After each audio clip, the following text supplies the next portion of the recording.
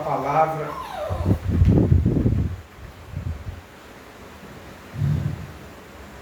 Que a palavra dele é fiel. A palavra do Senhor é fiel e verdadeira.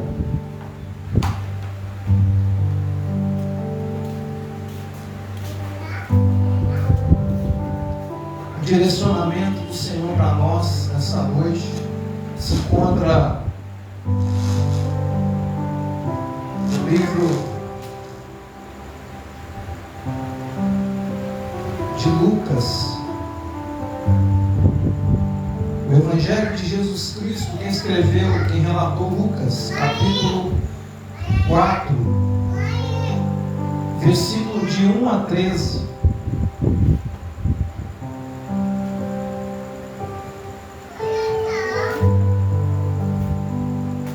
A palavra do Senhor diz assim: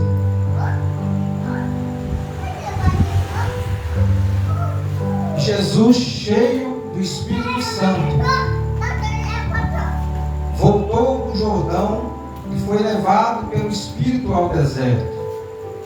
E 40 dias foi tentado pelo diabo. E naqueles dias não comeu coisa alguma. E terminados eles, teve fome. E disse-lhe o diabo: se tu és filho de Deus, dize a esta pedra que se transforme em pão. E Jesus lhe respondeu, dizendo: escrito está, que nem só de pão viverá o homem, mas de toda a palavra de Deus.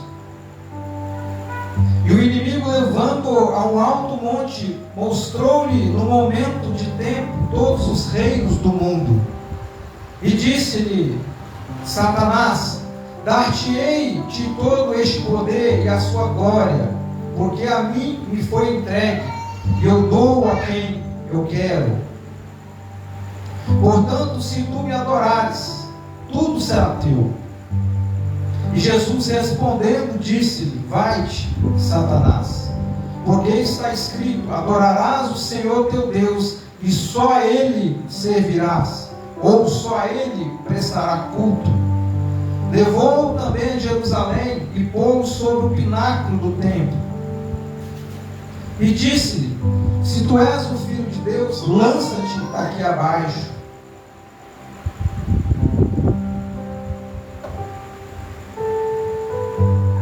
Porque está escrito: mandará aos teus anjos acerca de ti, que te guardem, e que te sustenham nas mãos, para que nunca tropeces com o teu pé em alguma pedra. E Jesus respondendo disse: dito está, não tentarás ao Senhor teu Deus. E acabando o diabo toda a tentação, ausentou-se dele por algum tempo. Soberano Deus e eterno Pai, nós te exaltamos, nós te louvamos pela tua graça e a misericórdia, pelo favor sobre nós. Pedimos, Senhor, perdoa, Senhor, os nossos pecados, as nossas transgressões, Pai, tudo aquilo que fizemos que não agradou ao teu Espírito. Que o Senhor venha restaurar a nossa comunhão, que o teu Espírito Santo também venha falar conosco, venha falar ao nosso espírito, para que nós possamos ter vida, e vida em abundância. Retira de nós, Senhor, todo orgulho, toda avareza, toda incredulidade, Senhor, para que a tua palavra, como semente, possa, ó Deus, cair em terra fértil, e ela venha crescer e frutificar. Não me deixe, Senhor, atrapalhar o mover sobrenatural do Senhor na tua igreja, e para aqueles também que necessitam de uma palavra para o coração. Em nome de Jesus eu te agradeço, Pai. Amém.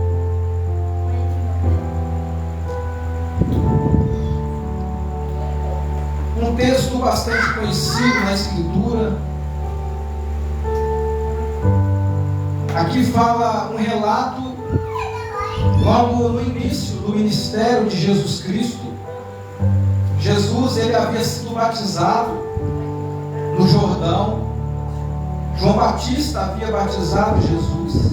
Não que Jesus ele precisava em si de ser batizado, porque o batismo de João era para a remissão dos pecados, aqueles a qual João Batista no deserto ele apregoava, ele abria o caminho para o Senhor.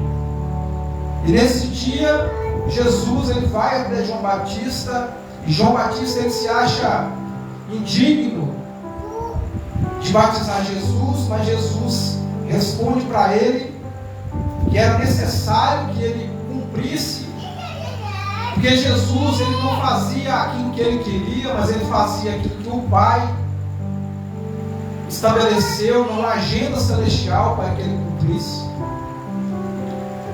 E Jesus ele é batizado. A palavra fala que no momento do batismo, João e todos que estavam notaram o sobrenatural do Pai que desce sobre Jesus para que venha fortalecer.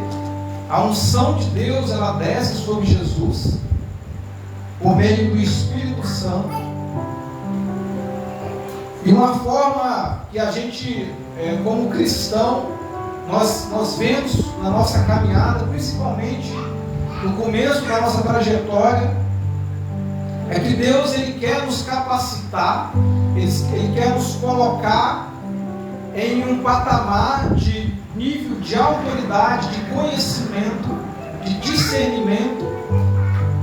E é necessário que muitas vezes nós passamos pelo deserto, que nós passamos pelo caminho a qual Deus estabeleceu, que nem sempre quando nós entramos no deserto, quando nós entramos no propósito de Deus, o deserto nem sempre é para matar, que na maioria das circunstâncias o deserto ele vem para nos fortalecer. E isso é notável, porque quando a gente, isso estou falando no cotidiano de um cristão que tem uma vida de jejum, de oração, uma vida de Bíblia, de leitura, de alimento espiritual, a gente sente essa necessidade de estar cada vez buscando a presença, buscando o poder e a autoridade, porque o poder e a autoridade quem nos concede é o Senhor, é Ele quem coloca esse poder e essa autoridade sobre o cristão. Mas é necessário que o cristão tenha uma vida consagrada, uma vida santificada na presença. E com Jesus não foi diferente. Jesus ele cumpriu aquilo que o Pai determinou na eternidade, ainda antes da fundação do mundo. Quando Jesus ele nasce, ele cresce, aos 30 anos ele inicia o seu ministério. Jesus ele nos dá todo o entendimento para que nós possamos exercer aquilo e o papel que Deus estabeleceu para nós. Mas quando nós voltamos aqui para a palavra, nós entendemos que Jesus estava no deserto. E não foi Jesus que se dirigiu ao deserto. A palavra fala que o Espírito Santo levou Jesus. É porque o Espírito é quem nos conduz. Porque quando nós olhamos para os nossos desejos, as nossas vontades, nós temos que pedir o discernimento, nós temos que pedir renovo, porque se nós formos olhar para os nossos desejos, nós nem estaríamos muitas vezes na igreja. Se nós formos olhar o nosso tempo, muitas vezes nós não teríamos tempo para jejuar, nós não teríamos tempo para orar, nós não teríamos tempo para participar de um culto de adoração. Mas é necessário muitas vezes que nós passamos por um processo para que nós sejamos fortalecidos no Senhor. Porque a palavra diz que nós devemos ser fortalecidos no Senhor. Porque o homem por si só ele não se fortalece. E quando nós estamos no jejum, na oração e na leitura da Bíblia, nós não mudamos Deus, porque Deus ele permanece imutável. Nós mudamos a nós. Nós nos fortalecemos, o nosso espírito. A nossa alma ela é enfraquecida, mas o nosso espírito ele é fortalecido. Porque quando a gente fala de alma, a gente está falando dos desejos da nossa carne. A nossa alma é o psique, é as nossas vontades, é a nossa angústia, é a nossa tristeza, é o nosso momento de decepção, é o nosso momento muitas vezes de luto. E a nossa alma, ela necessita das coisas carnais. Quando eu estou com fome e eu como, eu estou alimentando a minha alma. Quando eu jejuo e quando eu busco a presença de Deus, eu alimento o meu espírito, para que o meu espírito ele se fortaleça no Senhor. Eu não me fortaleço em mim, eu me fortaleço no Senhor. O meu jejum, a minha oração, ela não muda a Deus, ela muda a minha pessoa e as minhas vontades. E quando a gente olha o texto, e a primeira tentação que o inimigo lança para Cristo, Jesus ele estava há 40 dias no deserto. Ele não havia comido. A palavra não fala que ele não bebeu, até porque um ser humano normal não sobreviveria sem água. 3 dias sem água é o máximo, é o suficiente para que o nosso corpo ele entra em total desidratação e os nossos rins ele entram em colapso, também causando falência também múltipla de outros órgãos.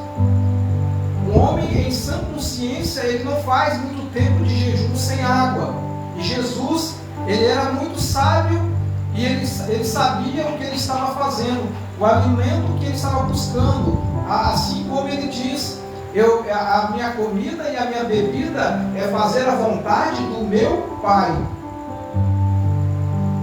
E a primeira tentação e a primeira pergunta de Satanás para Jesus era colocar em prova se ele era realmente o Filho de Deus.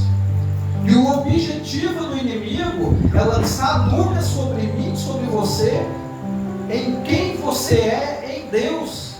Porque quem estabeleceu você como filho, você aceitou Jesus como o único e suficiente Salvador. Você entregou a sua vida para Cristo. Você passa a ser coerdeiro da salvação. Você passa a ter os mesmos direitos que o filho legítimo. É assim, quando você adota uma criança, essa criança adotada, ela passa a ter os mesmos direitos de um filho legítimo de sangue.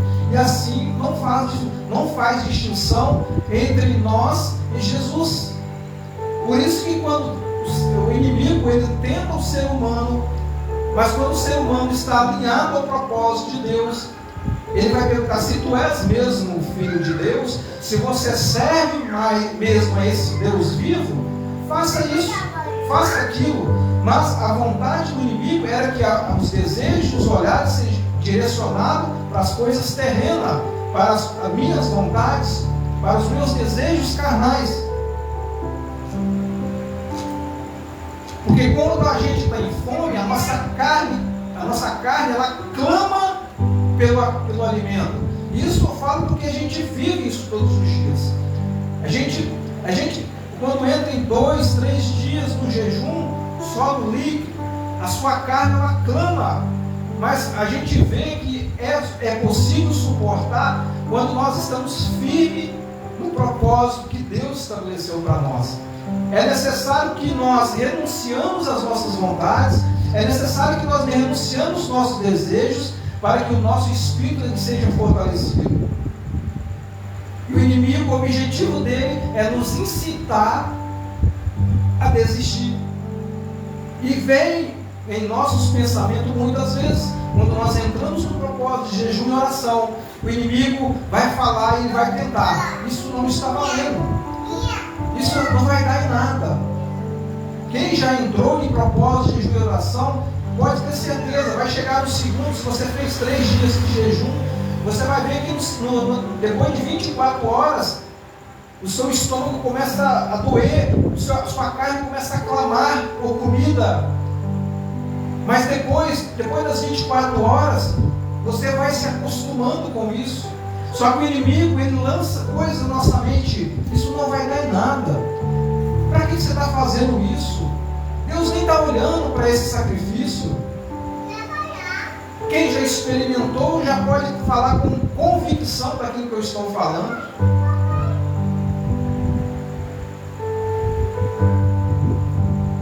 Em João 4,34, o Senhor diz assim: a minha comida consiste em fazer a vontade daquele que me enviou e é realizar a tua obra.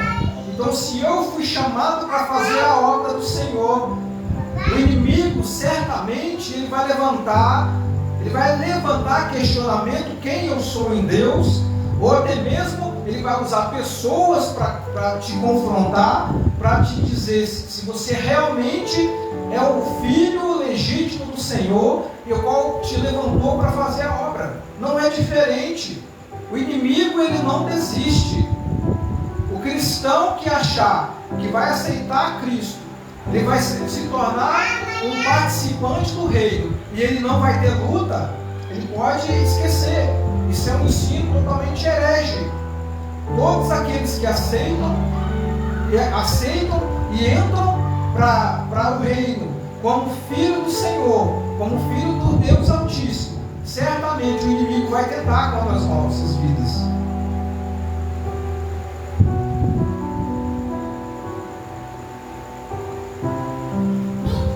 E essa passagem ela fala muito sobre nós, porque quando a gente olha para dentro do contexto da palavra, a gente vai ver que as nossas necessidades fisiológicas, emocional, financeira, e às vezes, muitas vezes o homem negocia isso. Ele negocia isso porque para ele é mais vantagem estar com o estômago cheio, é mais vantagem ter o dinheiro no bolso, é mais vantagem eu estar feliz porque eu me alimentei. E o mundo vai oferecer isso para nós. Mas o inimigo, ele é astuto, ele não cansa, ele não desiste. E ele vai continuar tentando, Mas a palavra diz: resistir ao diabo e ele fugirá de vós. Essa resistência a qual o próprio Deus deixou registrado para nós, é que nós devemos resistir. Resistir não é fugir dele, é usar a palavra, é usar a armadura de Deus que ele estabeleceu para nós, para que nós pudéssemos resistir aos dias maus, aos dias de perseguição.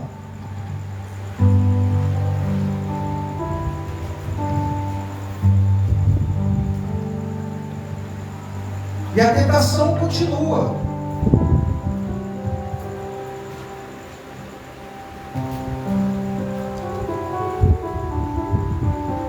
Que nem só de pão viverá o homem, mas de toda a palavra de Deus. A palavra ela é muito profunda, porque quando nós olhamos para a Bíblia, e nós olhamos também para o Evangelho de João, de 1 João, no primeiro capítulo de João, nós vemos que ele fala que no princípio era o Verbo, e o Verbo era Deus, e o Verbo estava com Deus, e todas as coisas foram feitas por intermédio dele, e nada do que foi feito se fez sem ele. Então João está falando que Jesus é o Verbo, Jesus é a palavra viva. E quando a gente fala de se alimentar da palavra, é como se nós estivéssemos nos alimentando de Cristo, porque o próprio Cristo fala assim: quem come da minha carne e quem bebe do meu sangue tem vida em vós, e vocês não podem fazer nada sem mim. Jesus é a videira, nós somos o ramo, e nós só nutrimos a nossa vida espiritual se nós estivermos na videira. Na segunda tentação, o inimigo, a palavra fala que ele leva Jesus num alto monte e ele mostra o reino, todos os reinos, porque todos os reinos do mundo, mas Satanás com a sua astúcia, com o seu poder, porque ele também tem poder. Se nós falarmos que o inimigo não tem poder, nós estamos subestimando o nosso adversário.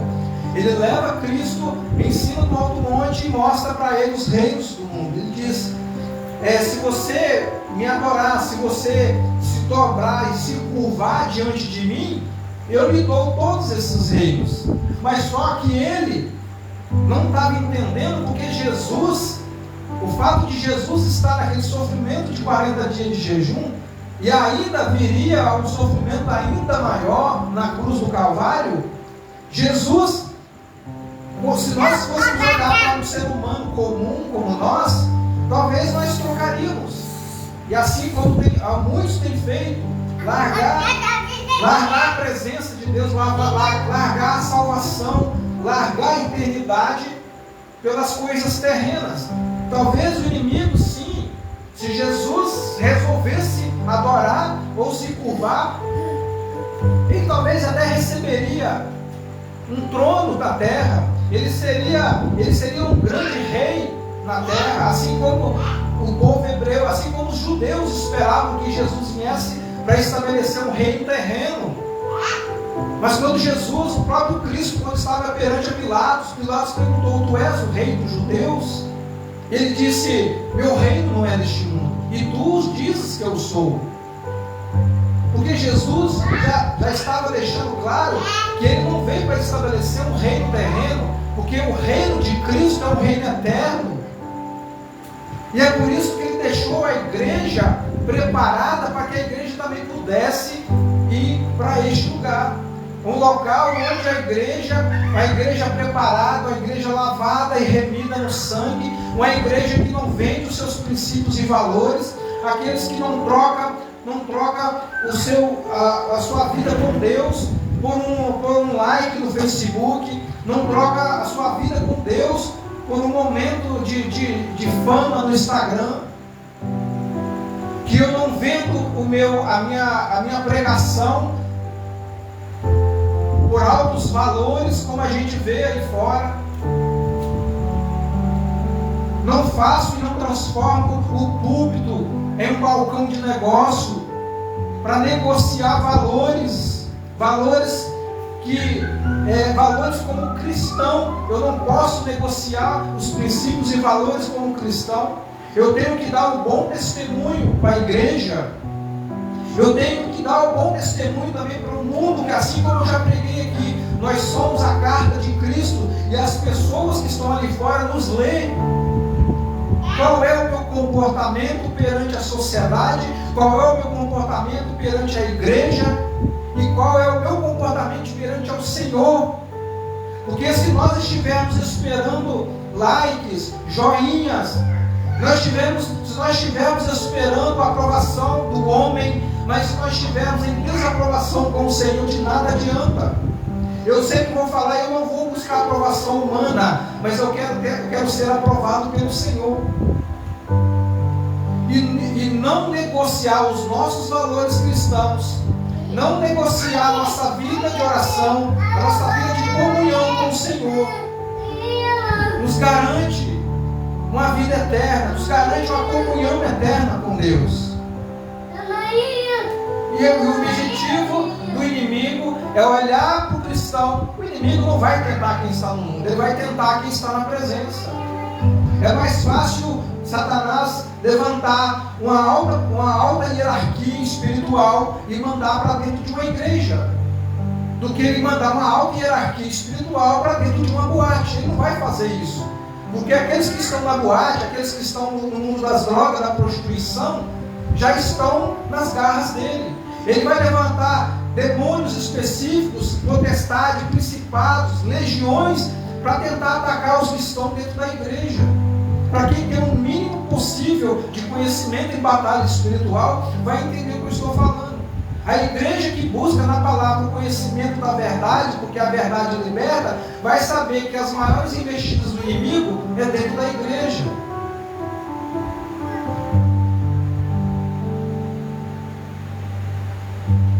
E o inimigo vai oferecer atalhos. É mais fácil.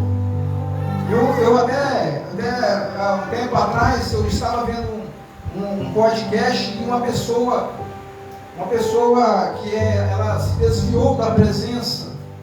Ela disse: eu orei muitas vezes a Deus e eu pedi algo que eu estava precisando muito, não algo que Deus queria para ela.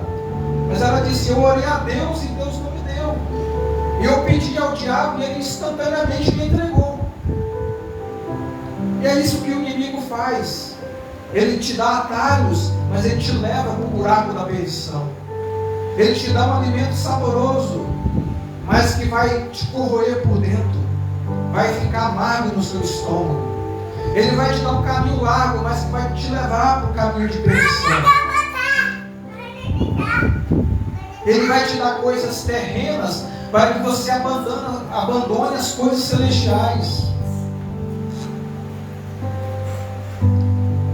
Mas ele sabe que o tempo dele está contado. Jesus aqui, o inimigo sabia que Jesus ele estava se fortalecendo no Senhor para que ele pudesse vencer o inimigo na cruz do Calvário. Em Filipenses 2, de 9 a 11, diz assim: pelo que também Deus o exaltou de sobremaneira e lhe deu um nome que está acima de todo nome, para que ao nome de Jesus se dobre todo o joelho, no céu, na terra e debaixo da terra, e toda a língua confesse que Jesus Cristo é o Senhor, para a glória de Deus Pai. Jesus, ele não precisava de atalho, porque Jesus sabia o que ele veio estabelecer aqui na terra. Ele veio estabelecer uma igreja na terra, mas o reino dele é eterno, não é aqui. Ele veio estabelecer uma igreja aqui, para que ela possa viver a eternidade. O sangue de Jesus precioso que foi derramado na cruz do Calvário é para que a igreja pudesse ser estabelecida aqui. Porque a igreja ia continuar, assim como nós estamos fazendo hoje aqui, levando a palavra da verdade, para destruir as armadilhas de Satanás, para que destruir as escamas que ele tem colocado no ouvido e nos olhos daqueles que não compreendem a verdade. Não existe outro caminho a não ser por Jesus Cristo. Não existe atalho para a eternidade a não ser por Jesus Cristo. Jesus é o caminho, Jesus é a verdade e Jesus é a vida. Não há outro caminho. Ele diz assim: ninguém vem ao Pai senão por mim.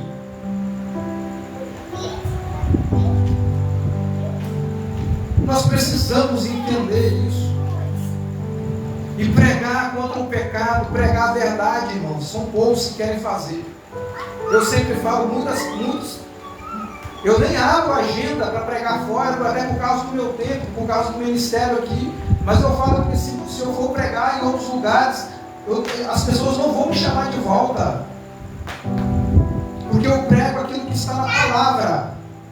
Não alimentar o ego, não trazer ânimo para a igreja. Você prega, traz uma palavra de ânimo. Se a palavra de ânimo é a própria palavra de Deus para nós, para nos edificar, para nos fortalecer. E a terceira tentação de Jesus.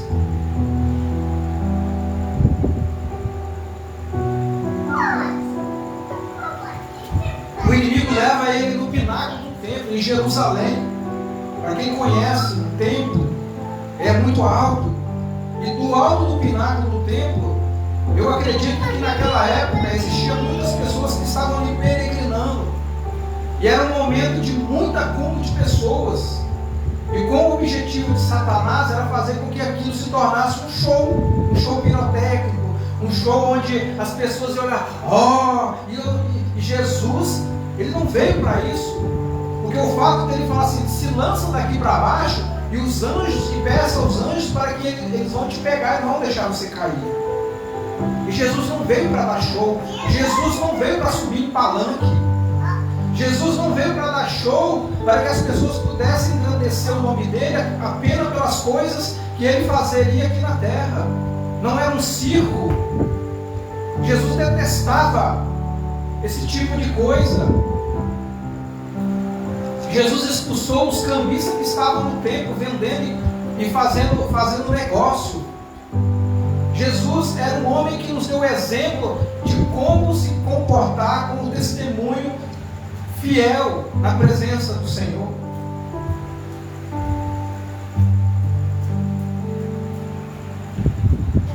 Jesus veio para demonstrar poder. Jesus ele veio para demonstrar humildade. Jesus ele veio para demonstrar autoridade. Jesus veio para nos mostrar quem ele era no Pai. Porque ele dizia assim: quem vê a mim, vê ao Pai. João 6,38 disse: porque eu desci do céu não para fazer a minha própria vontade, e sim a vontade daquele que me enviou. Jesus não estava ali para fazer um teatro.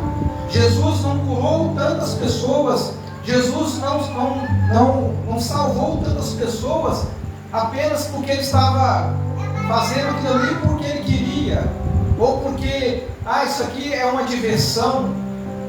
Jesus ele estava cumprindo uma agenda celestial e era necessário que tudo se cumprisse nele. O homem estava debaixo de um pecado, o homem estava debaixo de uma maldição, e a lei ela não era capaz de transformar o ser humano. Aí as pessoas muitas vão dizer, né? Inclusive o apóstolo Paulo confronta muitas pessoas, muitos daqueles que não estavam compreendendo o verdadeiro significado do Evangelho de Jesus Cristo, porque a lei ela não foi abolida, a lei ela se cumpriu em Jesus Cristo, porque tudo que a gente olha para a lei, a gente vê sombra daquilo que viria, que era a pessoa de Cristo, porque todas as coisas se cumpriram nele. Ele disse: eu não vim para pagar, eu não vim para abolir a lei, mas vim para cumpri-la, porque a lei se cumpriu nele. E era necessário a morte de cruz, era necessário o sangue derramado precioso de Jesus Cristo, para que nós pudéssemos ter vida e a tê-la com abundância. O objetivo do inimigo vai ser sempre nos induzir a ir contra as vontades do Senhor. E a igreja ela está revestida desse poder. Na realidade, a igreja ela tem as ferramentas, ela tem os recursos para buscar esse poder, mas muitos não buscam esse poder, porque a palavra ela fala de uma armadura, assim como eu já disse aqui. O Senhor ele deixou preparado uma armadura que a gente busca em Deus para nos revestir, para lutar contra o reino das trevas. Efésios 6, de 10 a 17, diz assim: e o Senhor nos dá a instrução para nos manter firmes e não recuar. As lutas, as investidas, as oposições virão contra nós. Se estivermos preparados, revestidos dessa autoridade e com essa armadura que somente Deus pode nos fornecer. Deixa eu abrir Efésios.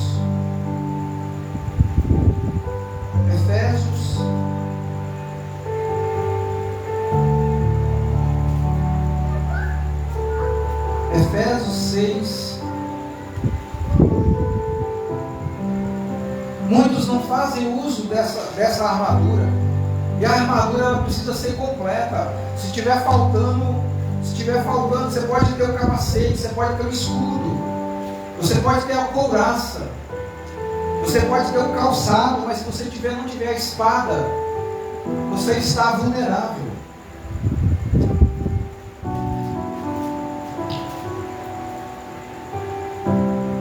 A palavra diz assim: os demais irmãos, fortalecei-vos no Senhor e na força do seu poder, revestidos de toda a armadura de Deus, para que possais estar firmes contra as astutas ciladas do diabo, porque não temos que lutar contra a carne e o sangue, mas sim contra os principados, contra potestades, contra os reis das trevas deste século, contra as hostes espirituais da maldade nos lugares celestiais. Portanto, tomai toda a armadura de Deus, para que possais resistir no dia mal, e havendo feito tudo, ficais firmes. O Senhor, Ele nos dá instrução, Ele nos mostra o caminho, e é necessário vestir, porque aqui, tomai sobre vós essa armadura. Deus não vai colocar armadura em nós se nós não buscarmos ela.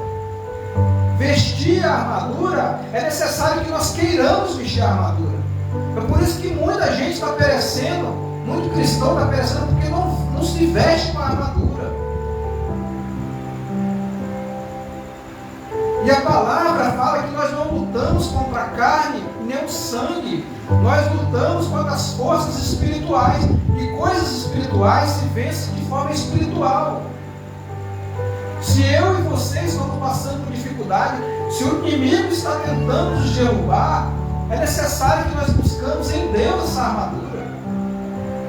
Porque a palavra fala que a armadura não vai impedir o inimigo de nos atacar, mas vai proteger a nós. Porque a armadura, quando a gente olha para as coisas espirituais, a armadura de Deus, ela vai proteger o nosso corpo. Por que proteger o corpo? Porque o capacete protege a nossa mente da seta maligna, das influências. Se Jesus não tivesse com essa armadura lá no deserto, ele teria transformado a pedra em pão.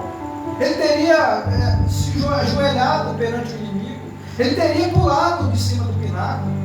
Mas Jesus estava com a armadura que o Pai colocou sobre ele. Jesus já estava fazendo uso da armadura.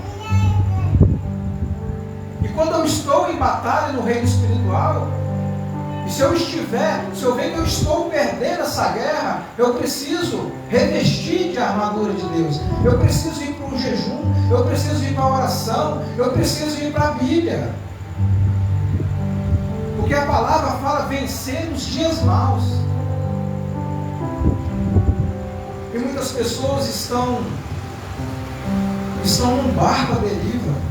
Tem pessoas que estão no meio da tempestade, estão achando que Deus um anjo vai lá e vai tirar ele da tempestade, mas a pessoa não quer orar, a pessoa não quer buscar, não quer vida de oração, não quer vida com Deus.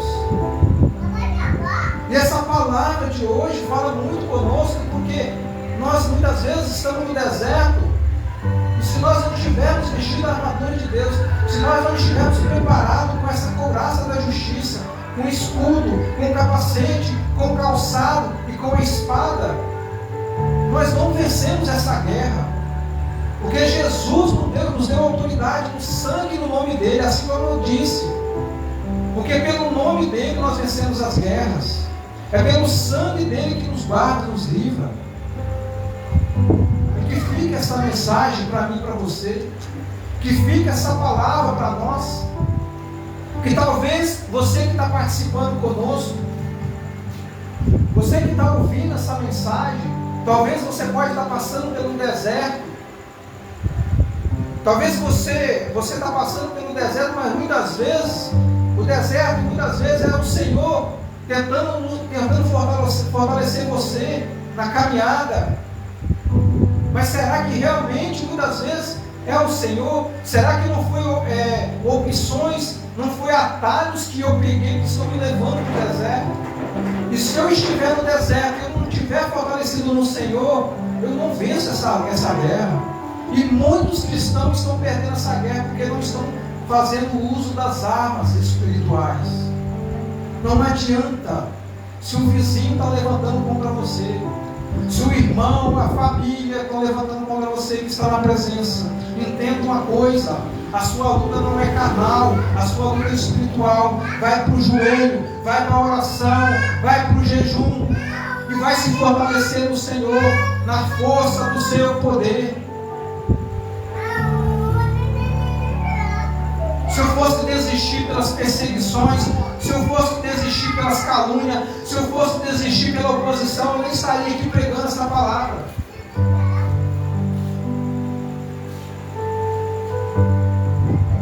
Nós vencemos o reino das trevas, é pelo poder da oração. Vai vir macumbaria, vai vir feitiçaria, vai vir tudo, mas Jesus, nós vencemos pelo poder do nome de Jesus, nós vencemos pelo sangue de Jesus.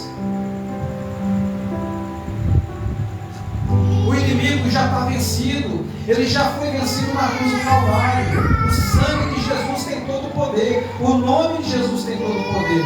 Então entenda uma coisa: se estou fazendo obra maligna para você, vai para a oração, vai para o jejum, vai para a palavra, veste-se com com essa armadura de Deus, para que o inimigo afaste de você.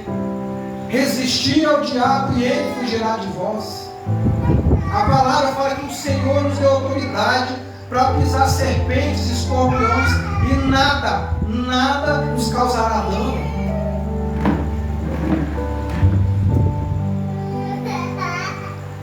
Nós vamos cantar mais uma vez. Você continua nessa adoração. E depois nós vamos estar encerrando o culto.